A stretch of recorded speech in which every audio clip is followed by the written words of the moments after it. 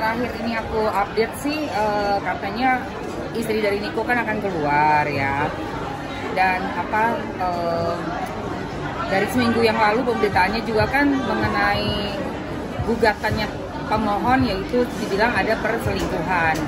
Tapi kan sebenarnya itu tidak bisa dibuktikan, tidak bisa, nggak ada buktinya gitu loh, nggak ada buktinya. Jadi dengan Nikonya bisa keluar dan speak up, juga istrinya pastinya akan membantu banget gitu untuk menguatkan bahwa hal yang dituduhkan itu nggak benar gitu loh. Dan memang harus ada klarifikasi juga sih menurut aku ya, karena kan sini kayaknya.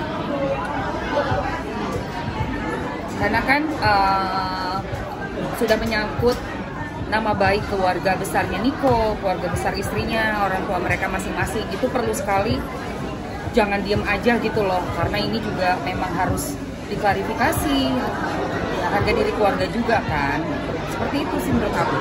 Tapi bukannya ini menjadi kesalahan Mbak Im juga, karena akhirnya si Niko bisa main ke rumah, akhirnya bisa itu aku nggak bisa komen lah kalau soal ini apa kesalahan. Karena kan gini loh ya, kita tuh nggak berada di situasi dan kondisi tersebut yang menyaksikan secara langsung, melihat secara langsung. Kita tuh nggak ada di situ, jadi nggak dewasa atau nggak tepat lah kalau Mams itu ikut komen mengenai apa yang sebenarnya terjadi, karena yang sebenarnya terjadi cuma mereka aja yang tahu gitu.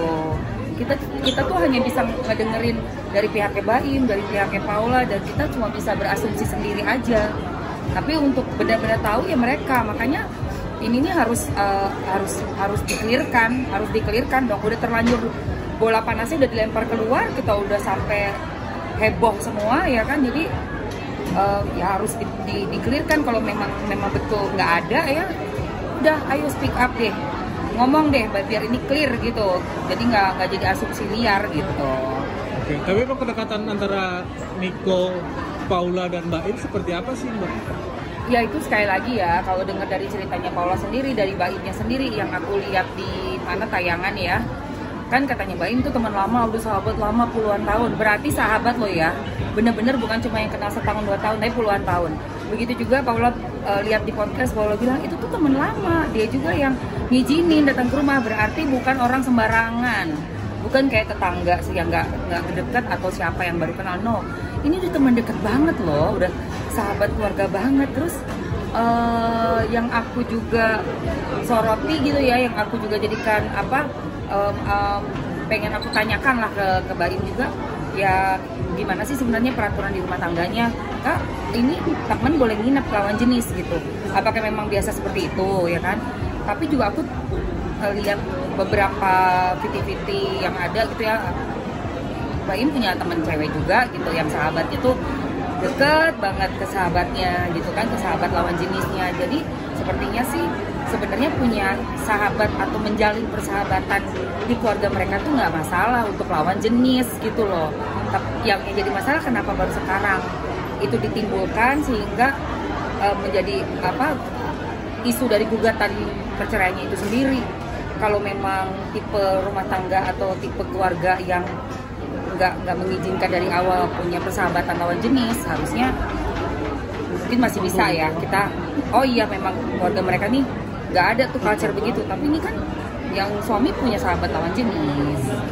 Nah kenapa sekarang istrinya kok jadi kayak masalah banget gitu kalau punya persahabatan dengan teman mereka sendiri, notabene temannya si suaminya juga gitu kan. Itu yang membuat aku sebagai netizen juga, ya aku posisinya sebagai netizen lah ya, sebagai orang luar mikir gitu loh, ini kenapa sih gitu. Berarti bisa dikatakan menjadi yang tersuduti adalah Paula ya Mbak, karena betul ya, posisi Paula nggak enak banget dong, karena mungkin nggak tahu ya, mungkin ya dia mikir, oh nggak apa-apa kok, suami aku juga sahabatnya cewek-cewek semua dan deket banget loh ya, physical touch kayak kissing apa itu semuanya kita juga bisa lihat di beberapa video-video ya, acara-acara lah kalau ketemu sama sahabatnya Mbak Im kayak gimana gitu.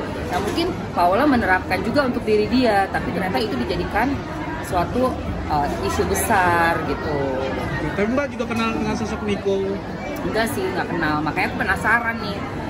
Karena si Niko juga aku lihat ya dia kerja ya kayaknya apa kerja di tempat mereka gitu kan, deket terus ada kerja juga. Kok ya masa sih gitu loh, kayak mikirnya. Apalagi juga ada katanya kan di kamar, tapi kamarnya itu tempat anak main juga yang bolak-balik orang banyak gitu. Jadi ini memang situasinya menurut aku bukan kayak di hotel gitu yang mereka check in diem-diem gitu kan.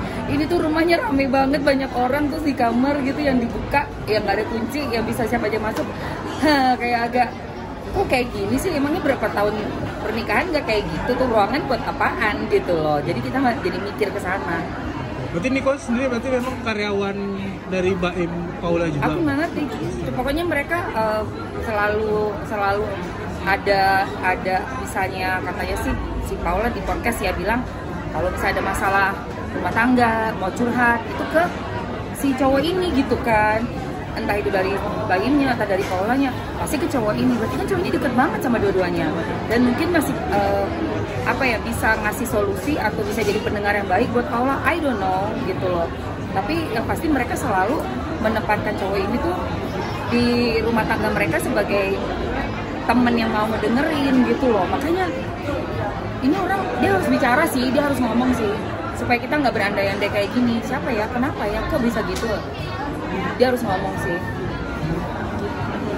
Ya. Ada lagi? Oke. Oke, cukup, terima kasih Mbak. Alright.